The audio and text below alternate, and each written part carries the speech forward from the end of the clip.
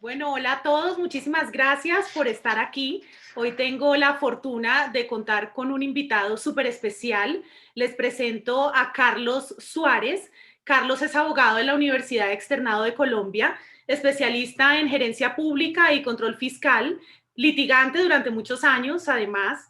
Es socio fundador de la firma Estrategia y Poder, ganador en 2016 del Victory Award en la categoría de Media Training, considerados como los premios Oscar del marketing político, estratega de un sinnúmero de campañas políticas en Colombia y en el exterior, columnista y habitual panelista en los espacios más relevantes de opinión en Colombia. Carlos, gracias por estar acá, bienvenido. Juanita, un gusto saludarte, gracias por la invitación y un saludo a todas las personas que nos siguen a través de tus cuentas y de tu canal. Muchas gracias. Bueno, Carlos, yo creo que ya entrando en materia, a manera introductoria, sí me gustaría saber y conocer un poco cómo funciona realmente el sistema de elección del presidente en Estados Unidos, pues pese a la importancia que significa, no es un modelo tan sencillo como el nuestro, ¿no? Sí, de acuerdo. El modelo electoral en Estados Unidos, digamos que está partido en dos grandes bloques. Un primer bloque que tiene que ver con las elecciones directas, que normalmente son las que se hacen para elegir congresistas y algunas autoridades locales. Hablamos de gobernadores e incluso de alcaldes y los representantes en los diferentes estados. Pero la elección de presidente de la República, la elección federal, es una elección totalmente distinta. Y esto se remonta al momento en que se inició todo el proceso democrático en Estados Unidos. Los padres fundadores, cuando hacen la Constitución, empiezan a tener un problema para poder dar la misma representación a todos los estados. Estados Unidos es el modelo federalista por excelencia. Y para poder hacer eso, digamos que llegaron a un acuerdo de poder hacer un voto que no es un voto directo necesariamente, es como una mezcla entre el voto directo en las urnas y el voto de los estados. Entonces, para elegir presidente de los Estados Unidos, al final de cuentas, lo que termina viendo es una elección de delegados en cada uno de los estados que conforman la Unión, y cada uno de esos delegados es el que finalmente termina votando por presidente de la República. Yo creo que es importante decir que los miembros de ese colegio electoral básicamente están determinados por el número de escaños que cada uno de los estados tiene en el Congreso norteamericano. Entonces, dependiendo el número de escaños sumados senadores y representantes a la Cámara, se determina el número de votos que tiene cada estado para asistir al colegio electoral, después de que son depositados los votos en las urnas. Digamos que eso en términos generales, por supuesto, tiene mucha tela de qué cortar y la podemos hablar ahora tranquilamente. Que la ciudadanía no vota a uno de los dos candidatos, sino como tú bien lo manifiestas, Carlos, ellos deben elegir a una serie de representantes en su estado, ¿cierto? Pero hay un tema particular que yo quisiera que recalcáramos y es la mayoría absoluta, ¿no? Adelantándome un poquito, pero el tema de la mayoría absoluta para mí es bastante importante recalcarlo, porque, digamos, fue lo que pasó entre Trump y Hillary Clinton, ¿no? Sí, de acuerdo. Digamos que aquí pueden pasar cosas que a nosotros nos sonarían bastante locas, porque el voto en las urnas no necesariamente es el voto que al final de cuentas puede terminar ganando una elección.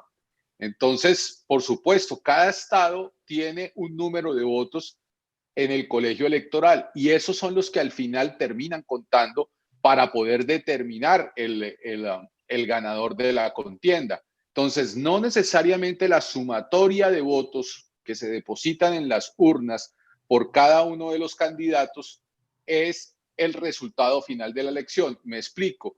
En las elecciones pasadas, Trump tuvo menos votos, como 3 millones y pico menos en la cantidad de votos que se depositaron por él en las urnas. Sin embargo, ganó los estados más importantes que ponían mayor número de delegados en el colegio electoral y por eso termina ganando la elección. El colegio electoral está compuesto por 538 miembros, que es la sumatoria de todos los miembros de cada colegio electoral de los diferentes estados. Y por lo tanto, para poder ganar la elección, tiene que sumar 270 delegados en ese colegio electoral. Pero ese colegio electoral se conforma, por ejemplo, hay estados como California que pone 55 miembros del colegio electoral. Y Texas 38, por ejemplo. Y Texas que pone 38 y Florida que se ha vuelto muy importante porque está poniendo 29 y además es un estado bisagra, de lo cual también podremos hablar seguramente más adelante porque hay unos estados que son típicamente demócratas, que normalmente son los estados que están en la costa oeste, por ejemplo, California siempre es muy demócrata y los que están en la costa noreste, cuando uno va a New York, tal vez ahí siempre van a ganar los demócratas. Sin embargo, hay otros estados que se vuelven bisagras, que a veces votan republicano, que a veces votan demócrata. Ha pasado con la Florida, sobre todo con el boom de lo que es el voto latino de esta nueva generación, y que además pone 29 delegados en el colegio electoral. Entonces, este es un estado súper mega disputado. Por eso, en algunas ocasiones, digamos, en el siglo, mejor dicho, del 2000 para acá se han presentado dos ocasiones. Una cuando se elige a George Bush, hijo, en el año 2000, que había perdido las elecciones en las urnas, pero termina ganándolas porque en el colegio electoral tuvo mayoría porque ganó algunos estados bisagras, entre esos la Florida. Y lo mismo pasó en la elección del 2016 con Donald Trump, que pierde en las urnas, pero termina siendo presidente por cuenta de este sistema, que es un sistema de elección mixto. Hay voto directo, pero también hay un voto de delegatarios en el colegio electoral. Así es. Y explícanos, por favor, Carlos, un poco lo del sistema de voto anticipado. Es decir, la gente que desde hace semanas ya está ejerciendo su derecho al voto en Estados Unidos. De acuerdo, digamos que ese es un mecanismo que no es un mecanismo nuevo, es un mecanismo que ya existía en la democracia americana. No necesariamente se tiene que votar el día de las elecciones, que por cierto es siempre el primer martes después del primer lunes de noviembre, con lo cual, pues digamos que ese es el día, será este año el próximo 3 de noviembre. Pero no necesariamente en esa fecha se agota el tiempo electoral. Hay como dos momentos distintos. Uno, tú puedes votar antes, que es el voto anticipado, en donde hoy están abiertas las urnas y uno puede ir a depositar su voto. Y digamos que se ha vuelto, por cuenta de la pandemia, por cuenta del COVID, en esta elección ha sido muy importante porque hay mucha publicidad invitando a ejercer ese voto previo para evitar las aglomeraciones del día 3. Y la otra es que además tú puedes votar o depositar tu voto a través del correo, a través del correo postal, y a partir de ello, pues digamos que existen, yo diría que prácticamente 3 momentos en los que se pueden elegir. Previamente en voto directo en las urnas durante este periodo, antes de las elecciones, el día que haces la elección, el 3, que también puedes acercarte a votar directamente, o durante todo este periodo que se está votando vía correo, vía mail. Ujú. Dentro de lo que hablábamos hace un momento de la mayoría absoluta, hay dos estados en los cuales no se ejerce, que es Nebraska y Maine, ¿no? En los cuales si un candidato, digamos que gana obtiene más votos populares, ¿cierto? Digamos que le dan ese número de se me De olvidó, de delegados. delegados. Entonces, en esos dos estados no aplica, ni Maine ni Nebraska. ¿Se reparte proporcionalmente el número de votos? De acuerdo, son los dos únicos estados que finalmente tienen, o digamos que una repartición entre comillas más justa dentro de lo Ujú, que nosotros conocemos, en la medida de que hay una repartición de los miembros del colegio electoral proporcional a el número de votos que están en las urnas. O sea, no necesariamente el ganador se los lleva a todos. La diferencia es que en el resto de estados el tema sí es que el ganador en las urnas se lleva todos los votos de ese estado que representan al colegio electoral. En estos dos estados, en Nebraska y ahora no recuerdo el otro, en Maine. en Maine hay una repartición proporcional de los delegados, Ujú. que finalmente digamos que pues podrían ser importantes siempre y cuando haya una disputa fuerte en el resultado final, muy Ujú. cercano a un empate o algo así. Ujú. Y, Carlos, ¿cuál es tu opinión sobre esta campaña en particular? Pareciera que por las circunstancias de la pandemia, esta campaña no se ha sentido como las otras, o es solamente una percepción que tenemos acá en Colombia. Bueno, yo creo que es una percepción que se está teniendo en Colombia. En Estados Unidos la campaña se está viviendo vibrantemente, Fuerte. muy, muy fuerte. Yo creo que, entre otras cosas, por cuenta de todo lo que ha venido pasando en el marketing político, en donde la digitalización de todo, de las comunicaciones, de los foros, de los debates, etcétera, etcétera, se ha venido dando mucho más, en los últimos años, mucho más fuerte, y en este año, pues mucho más por cuenta del COVID. En todo caso, lo que es la publicidad, tanto en medios abiertos como en digital, que hoy es muy, muy, muy fuerte, pues se está viviendo muy duro. Y se está viviendo muy duro, entre otras cosas, porque pues siempre la política y la batalla electoral, pues es un show business, pero desde que está presente Trump en todo este gran show business, pues es mucho mayor el cubrimiento y el hecho de tener una confrontación que mete a todo el mundo dentro de la batalla política. Ajá, así es. Carlos, ¿cuál es tu opinión de Donald Trump? No como presidente, dejemos eso al margen, sino como candidato. Es decir, si pudieras integrarte tú en su equipo de campaña, ¿qué le aconsejarías a Donald Trump?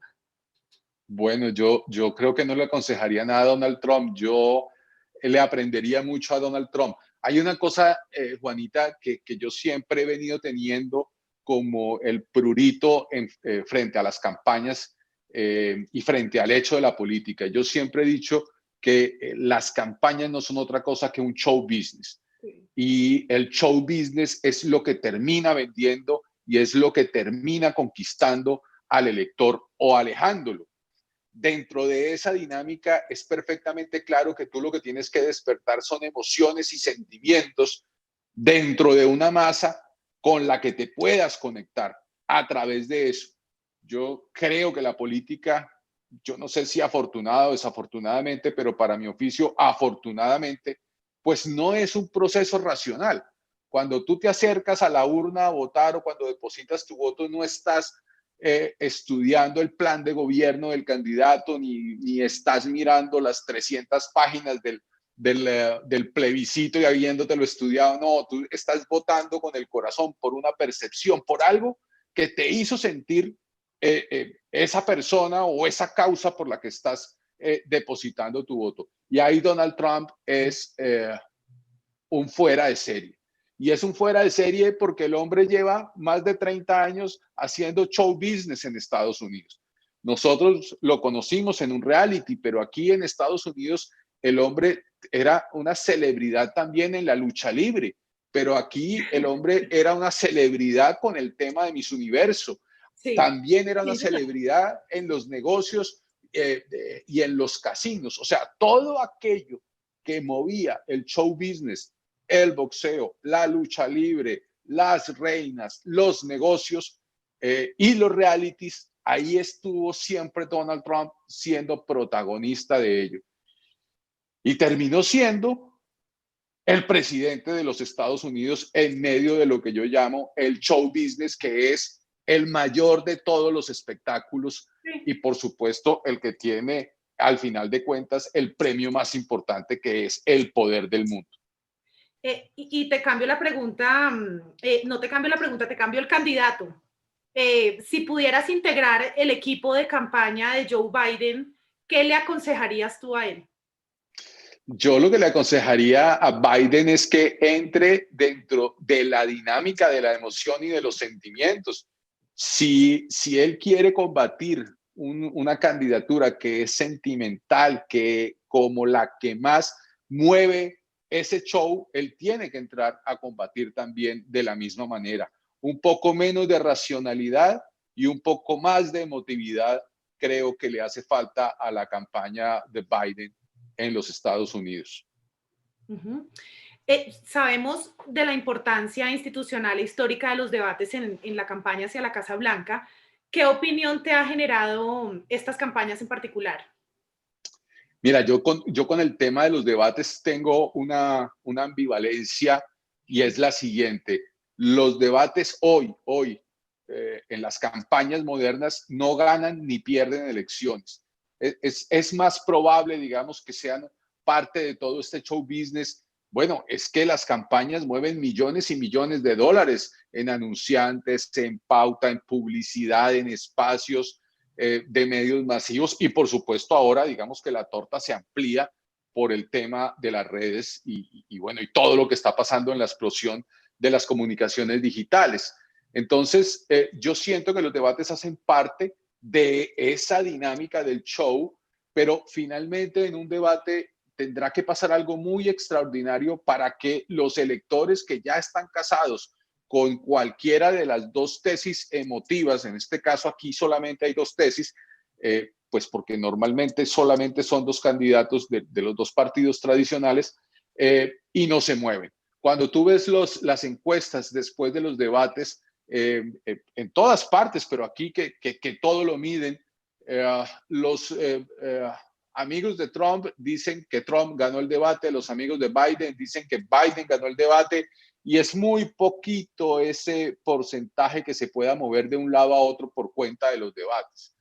Eh, Eso por un lado. Por el otro lado, también hay que reconocer que últimamente ya no hay más debates. Desde que Trump está en la arena política, los debates se han convertido en cualquier cosa menos en un debate político como los que tradicionalmente teníamos.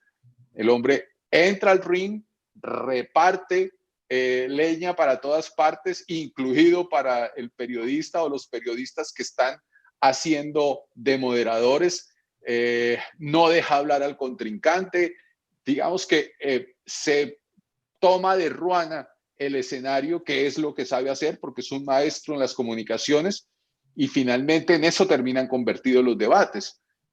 O sea que más allá de cualquier otra cosa, vuelve el picante del show business a estar muy protagónico para él. Y por supuesto, a sus contrincantes o a sus detractores, pues les parece que es una payasada, que no dice nada, que perdió, pero las encuestas después de los debates terminan siendo o estando en la misma polarización que estaban antes del debate.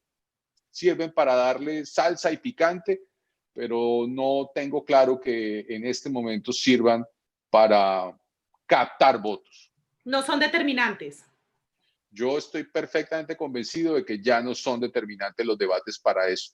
Cosa distinta, por ejemplo, ocurrió por allá cuando la televisión empezó e irrumpió en la dinámica política y tuvimos el debate de Kennedy con Nixon, que es histórico para quienes estamos en este oficio. y por supuesto ese debate contribuyó de manera importante para que Kennedy fuera presidente y derrotara a Nixon en una elección que no parecía ser ganadora, pero que ese debate terminó siendo determinante. Porque Nixon, un hombre viejo, de la vieja política, vestido de gris, sudando y sin saber cómo manejar una cámara, seguramente sabía mucho de política, era un animal político, tenía todo agarrado, pero lo cogió un momento en el que las comunicaciones cambiaron y la Cámara adoraba a Kennedy y finalmente terminó siendo su gran aliada para poder ganar esa elección. Pero esas épocas ya pasaron. Yo creo que hoy el público está hiper informado, recontrainformado. Hoy además tenemos la facilidad de los medios digitales en donde la relación candidato, ciudadano o elector es directa, sin intermediarios, y ya tú tienes formada una idea a través de todo lo que te está llegando vía digital principalmente, y difícilmente te vas a mover por el debate. Se vuelve importante para el show, claro, por supuesto, pero para cambiar la decisión de voto yo no lo veo. Uh-huh. Uh-huh. ¿Cuáles fueron precisamente esas falencias en los debates? ¿No? En redes sociales, por ejemplo, acá en Colombia, vimos mucha crítica sobre el moderador en los debates tanto de candidato y de vicepresidente.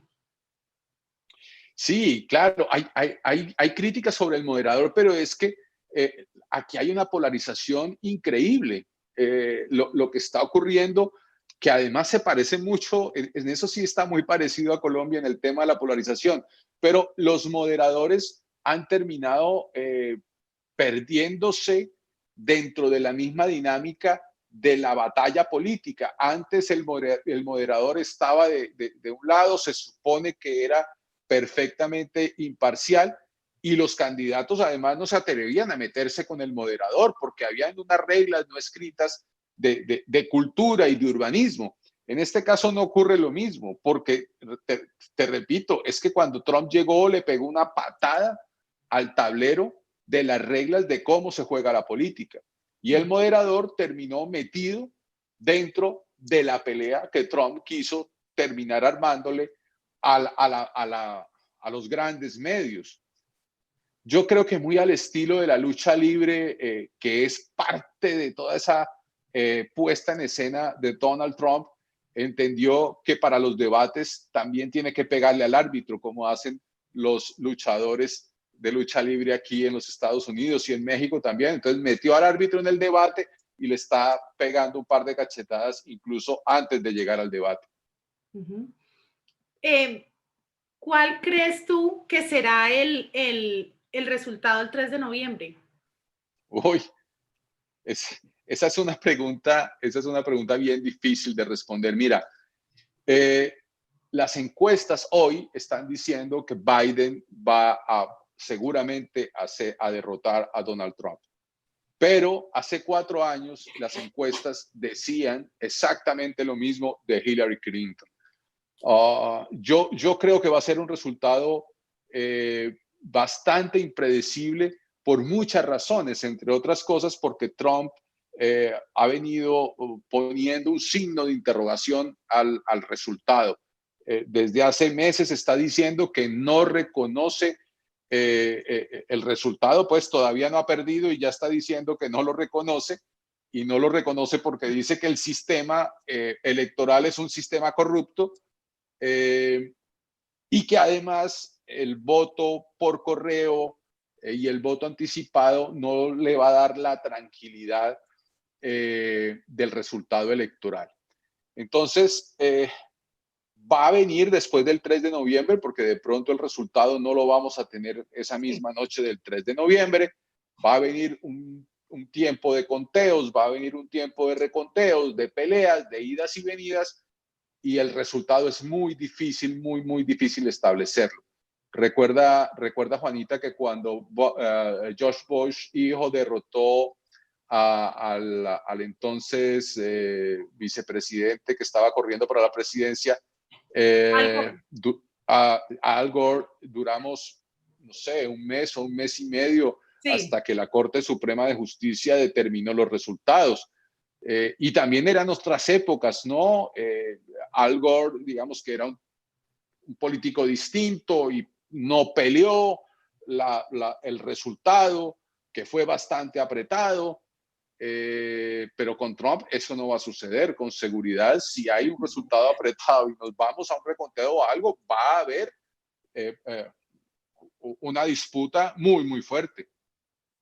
Pero, digamos, este sistema electoral permite también que estados con menor número de ciudadanos tengan también un número electoral, un número de colegio electoral que permita medianamente democratizar un poco las elecciones. Es decir, cada candidato tiene que recorrerse el país y no solamente priorizar en los grandes estados, ¿no?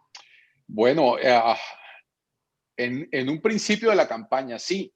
Hoy las campañas están volcadas a poder permear los estados más importantes que puedan ser bisagras. Entonces, por ejemplo, la campaña aquí en la La Florida Florida. está volcada, en Ohio está volcada, en Wyoming también. Entonces, digamos que eh, esos estados bisagra, más allá del número de electores, porque por ejemplo California, Trump sabe que lo tiene perdido, New York sabe que lo tiene perdido, pero Florida no, Ohio está ahí en que sí, que no.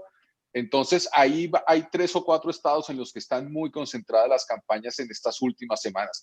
Después, por supuesto, de haber recorrido el país en la primera etapa de la campaña.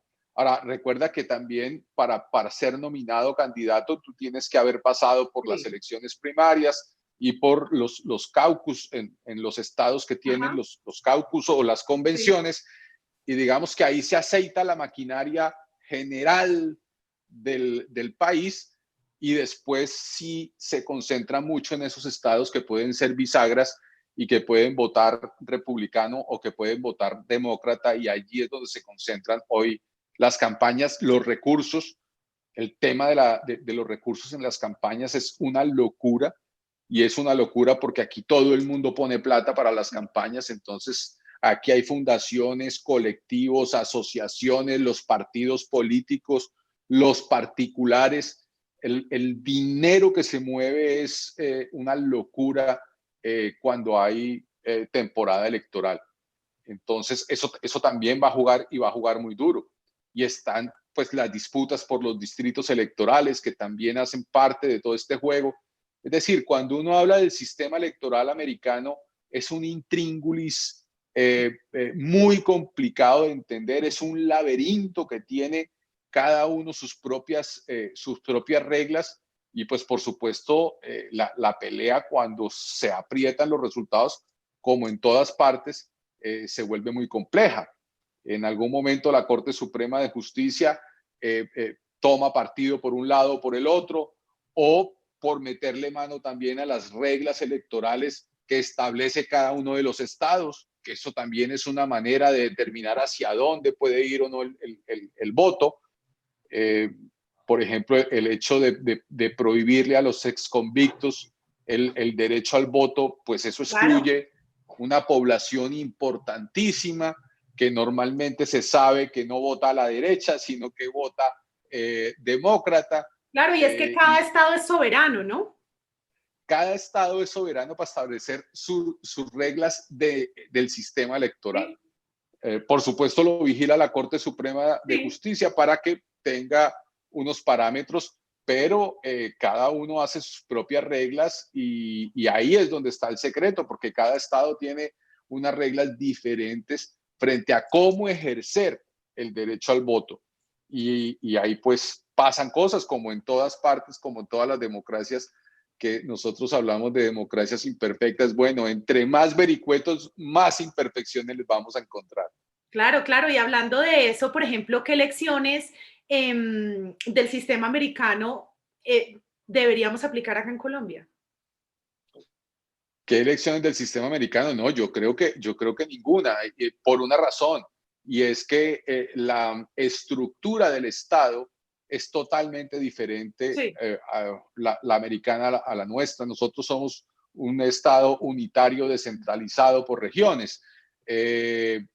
Pero aquí evidentemente el federalismo es otra cosa totalmente distinta. Entonces, digamos que yo creo que nuestro sistema electoral es un muy buen sistema electoral. Yo lo defiendo mucho internacionalmente. Como todo sistema, no es un sistema perfecto y sobre todo tiene problemas en la operatividad. Digamos, cuando uno dice hay un problema, el problema realmente no es del sistema, sino de la operación del sistema. Si el voto es electrónico o no electrónico, si los votos siguen siendo con unos tarjetones que la gente a veces no entiende y a veces sí. Digamos, eso es un tema más operativo que del sistema. Aquí los americanos tienen su propio sistema para un estado federal que no es compatible con el nuestro. Digo yo que dentro de las campañas, pues la campaña política en Estados Unidos comparada con una campaña política acá, un aspecto fundamental como el debate en Estados Unidos y un debate acá en Colombia, acá puede llegar a ser determinante, sumar o quitar votos.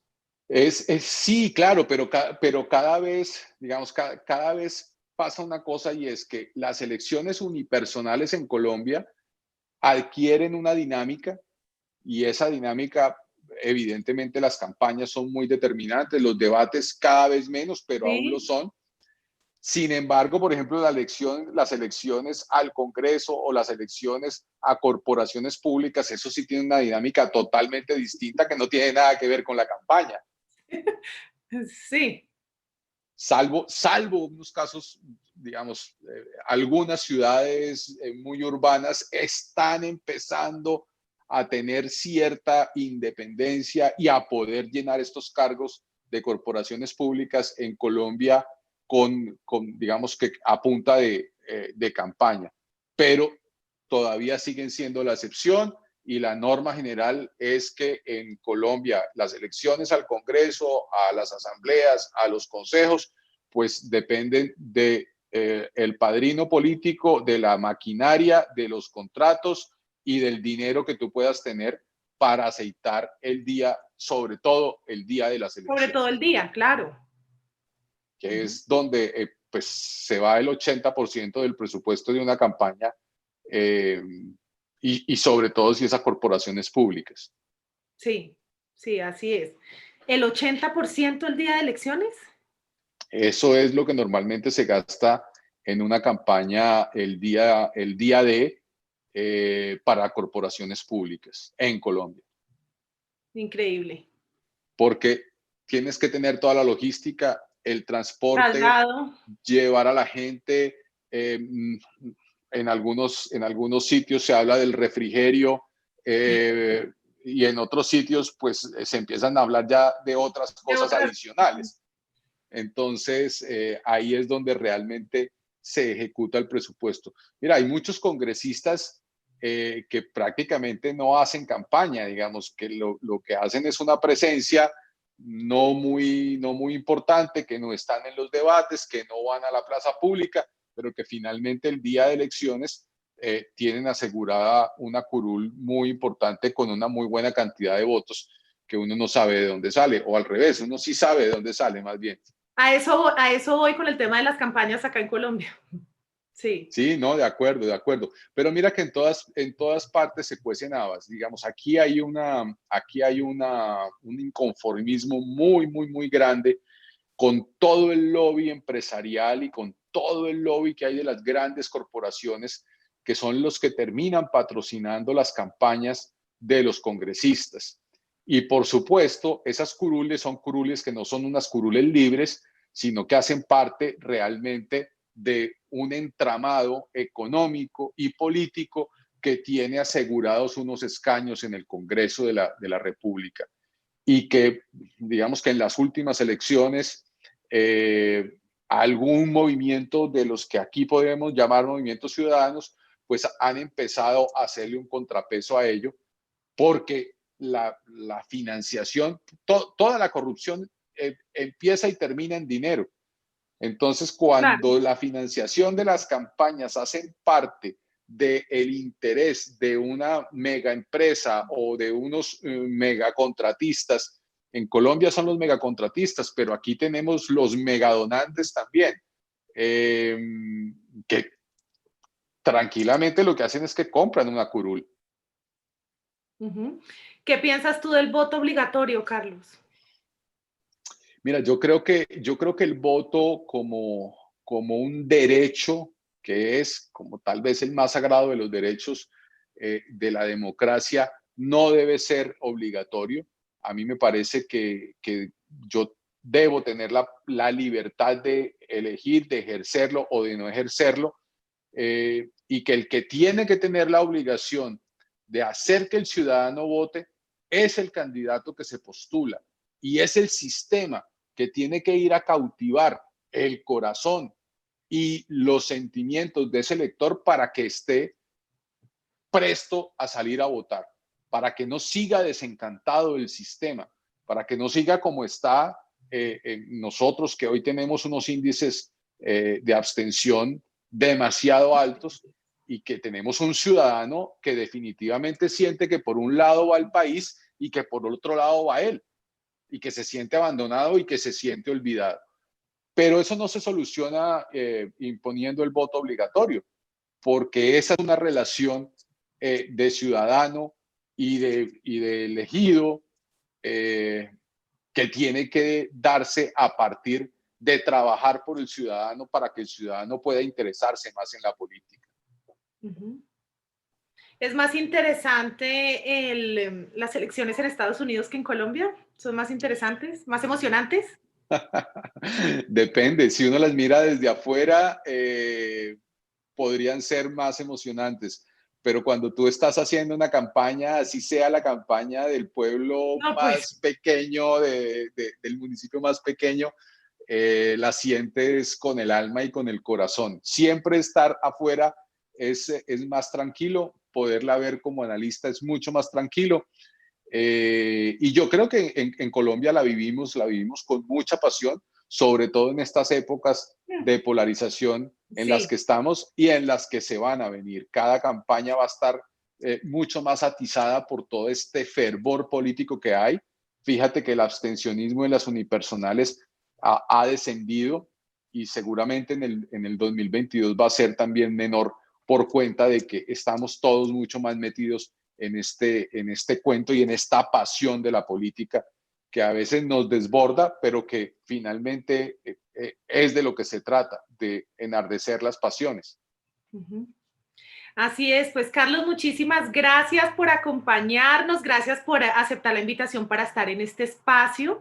Para mí fue un verdadero privilegio haber contado contigo para este tema. No podría ser otra persona, como te lo comenté cuando hablamos, no podría ser otra persona diferente a ti. Te agradezco infinitamente por habernos acompañado. Gracias. Gracias a ti, Juanita, por la invitación y bueno, ya veremos quién va a ganar aquí las elecciones el próximo 3 de noviembre. Un abrazo grande y gracias a todos. Gracias también a todos los que nos están viendo en tus redes. Gracias. Abrazo.